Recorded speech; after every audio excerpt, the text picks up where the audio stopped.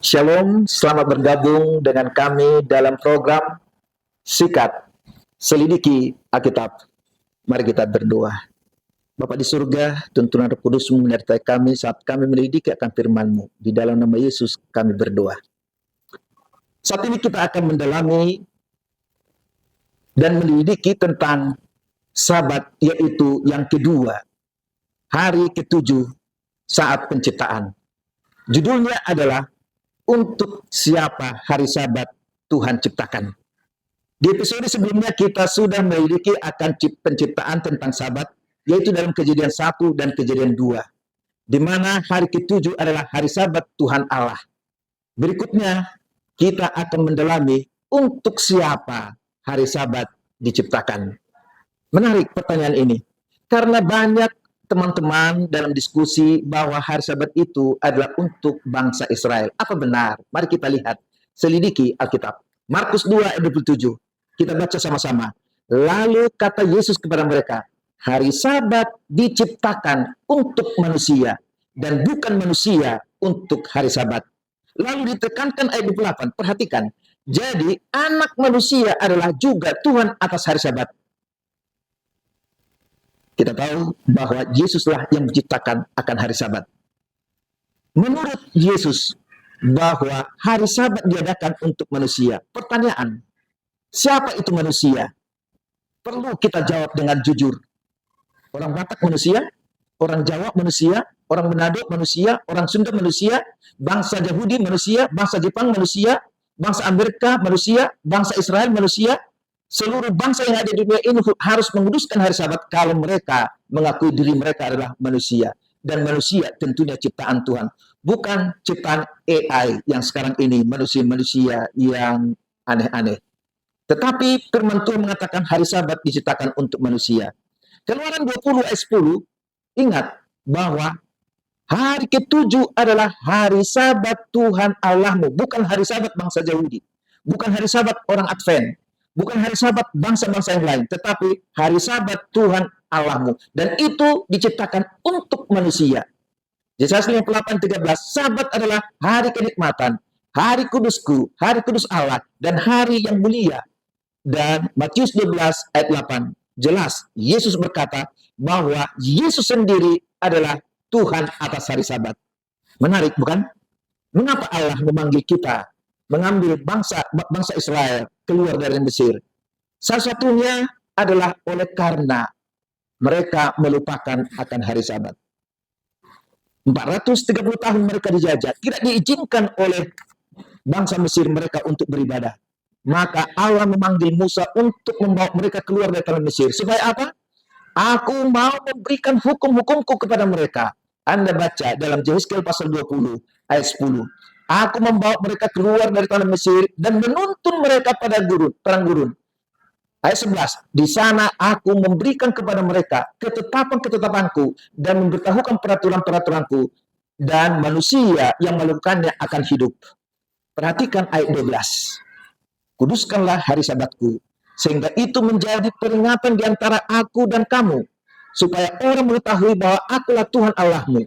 Sabat adalah peringatan bahwa kita adalah milik Tuhan. Ditekankan dalam Yesaya 20. Kuduskanlah hari Sabat, sehingga itu menjadi peringatan di antara aku dan kamu, supaya orang mengetahui bahwa akulah Tuhan Allahmu. Artinya, Sabat itu kita kuduskan, kita memiliki Allah, kita memiliki Tuhan, bukan yang lainnya, tetapi Tuhanlah yang menciptakan kita. Pernah ingat bahwa kita memiliki bendera merah putih. Itu adalah ciri khas bangsa Israel. Kalau dibalik menjadi putih merah, ini bendera siapa? Tentunya bukan bendera Indonesia. Bendera siapa? Adalah bendera Polandia. Artinya sama seperti itu dengan hari Sabat. Merah putih adalah bendera Republik Indonesia dan putih merah adalah Polandia. Dengan kata lain, apakah kita bisa merubah bendera Allah kalau hari Sabat itu adalah bendera Allah? Tentu bisa, karena Allah memberikan kebebasan. Tetapi bukan bendera Allah lagi yang kita kibarkan. Bendera siapa? bendera yang lain. Perhatikan Yehezkiel 22 ayat 26. Apa kata Alkitab? Tidak menguduskan Sabat sama dengan menajiskan Allah di tengah-tengah mereka. Yehezkiel 22 ayat 26 berkata, imam-imamnya memperkosa hukum Tauratku. Mereka menutup mata terhadap hari-hari Sabatku. Demikianlah aku dinajiskan di tengah-tengah mereka. Ini sangat kasar kelihatan bahasanya, tapi itu adalah firman Tuhan. Tidak menguduskan hari Sabat sama dengan menajiskan nama Allah di tengah-tengah mereka. Catatan Alkitab bahwa dari zaman ke zaman mereka menguduskan hari Sabat. Adam dan Hawa di Taman Eden, dalam Kejadian 2, 2 dan 3, mereka menguduskan hari Sabat bersama Tuhan. Abraham di dalam Kejadian 26 ayat 5, bahwa Abraham menuruti perintah dan hukum Allah, yaitu hukum yang keempat, ingat dan kuduskanlah hari Sabat. Bangsa Israel menyucikan Sabat, Keluaran 16, 10 hukum Allah diberikan. Lalu di dalam Keluaran 20 ayat 8 sampai 11, bahwa bangsa Israel mengerti 10 hukum itu adalah tulisan dari Allah, ingat dan kuduskanlah hari Sabat. Nehemia menyucikan Sabat, Yesayas menyucikan Sabat, Yesayas 56 dan Yesayas 58.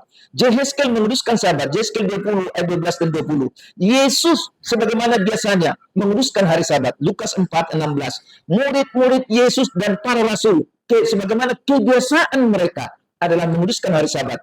Kisah 13, Kisah 15, Kisah 17 ayat 2 dan Kisah 18.